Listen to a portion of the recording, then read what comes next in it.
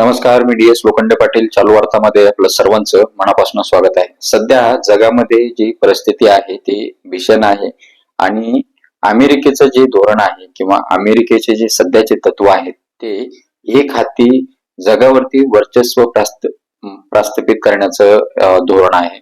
आणि अमेरिकेने ज्या गोष्टी आता मागे काही केलेल्या आहेत आणि आता जे करत आहे हे संयुक्त राष्ट्राचं किंवा जागतिक आंतरराष्ट्रीय नियमाचं पूर्णपणे उल्लंघन आहे.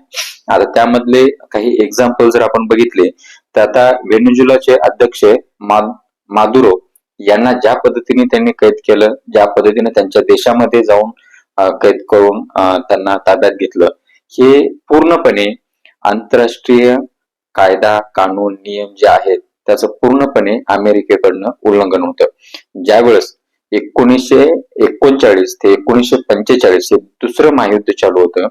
दुसऱ्या महायुद्धामध्ये खूप विध्वंस झाला, हजारो लाखो लोक मारले गेले, आर्थिक नुकसान झालं आणि भविष्यामध्ये येणाऱ्या काळामध्ये तिसरं महायुद्ध कधीच होऊ नये जगामध्ये यासाठी एक संयुक्त राष्ट्र जे काही नियम धोरण संयुक्त राष्ट्राची स्थापना झाली आणि यामध्ये काही नियम, अटी, कायदा, कानून ह्या बनवल्या गेल्या. तर याचं सरस उल्लंघन अमेरिका करत आहे.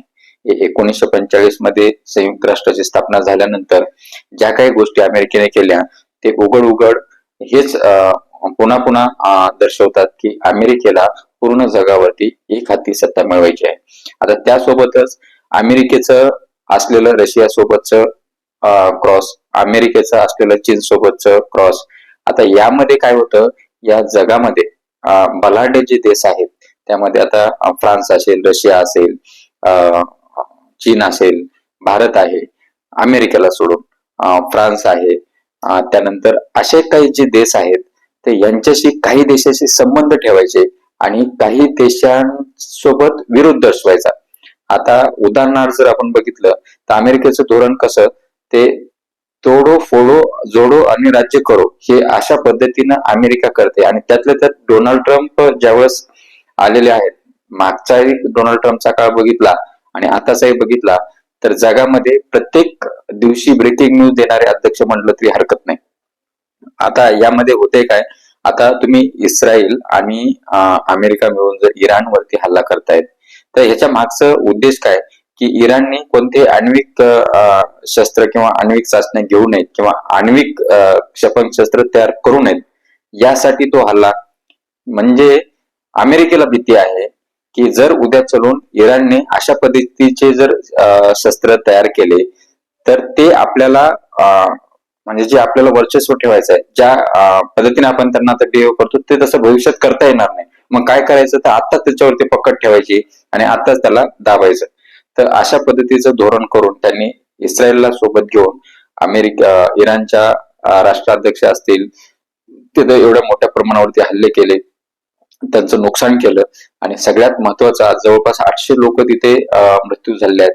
आणि ह्या सगळ्या गोष्टी करत असताना तुम्ही एका व्यक्तीला टार्गेट, म्हणजे आता तुम्ही व्हेनेझुएलामध्ये जे केलं ते त्यावरती कोणीही प्रश्न चिन्ह उपस्थित केलं नाही. कोणत्याही देशाची हिंमत झाली नाही की अमेरिकेने हे चुकीचं केलं म्हणायचे.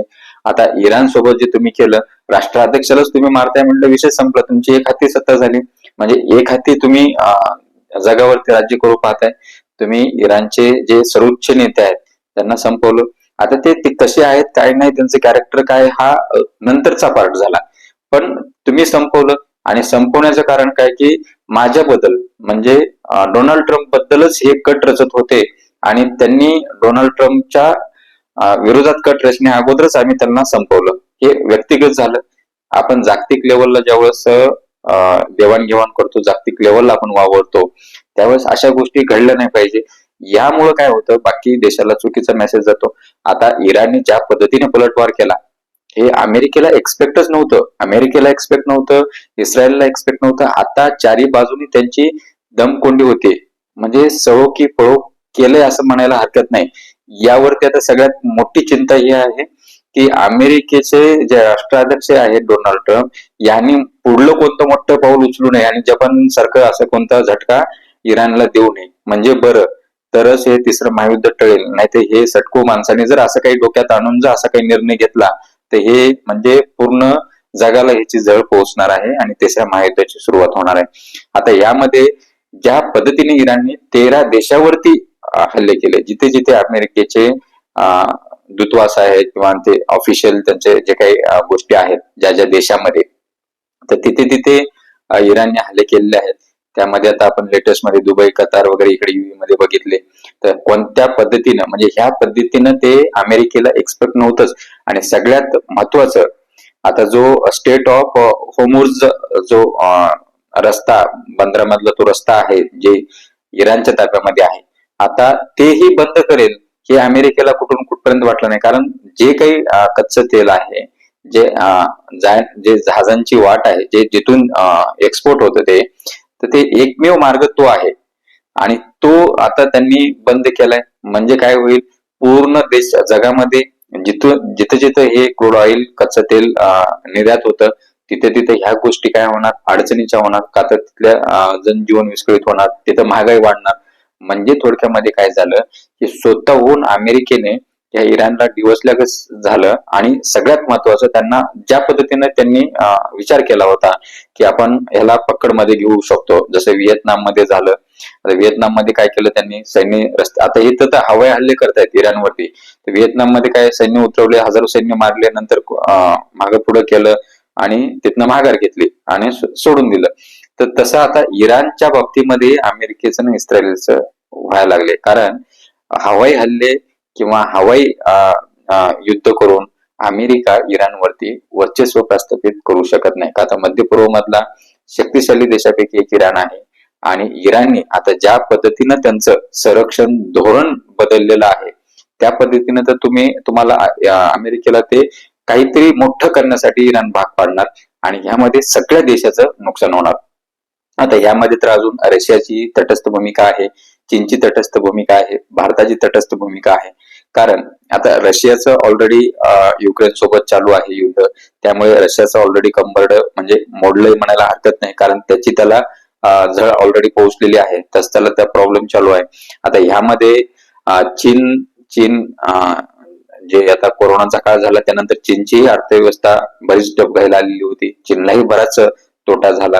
आता चीनचं जे एक्सपोर्ट होतं, निर्यात होतं काही गोष्टी, ते ह्या मोठ्या प्रमाणावरती जगामध्ये होतात, त्याचाही फटका चीनला बसलेला होता.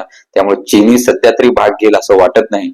आणि भारताचं द्विपक्षीय धोरण म्हणजे काय की तुम्ही पण चांगले, तुम्ही पण चांगले, तुम्ही पण चांगले, हे धोरण भारताचं सध्या तरी चांगलं आहे. पण हे भारताच्या कधीतरी अंगलट येऊ शकतं, ही मोठी चिंतेची बाब आहे. कारण सगळे चांगले तर मग तुम्ही प्रत्येक, आता यामध्येच एक एक्झाम्पल देतो मी. आता इराणचा एवढा मोठा हादसा झाला, त्यांचे सर्वोच्च नेते ह्या हल्ल्यामध्ये मारले गेले, एक साधं ट्विट पण केलं नाही भारताने की बाबा भावपूर्ण श्रद्धांजली, वाईट झालं, हे झालं, ते झालं.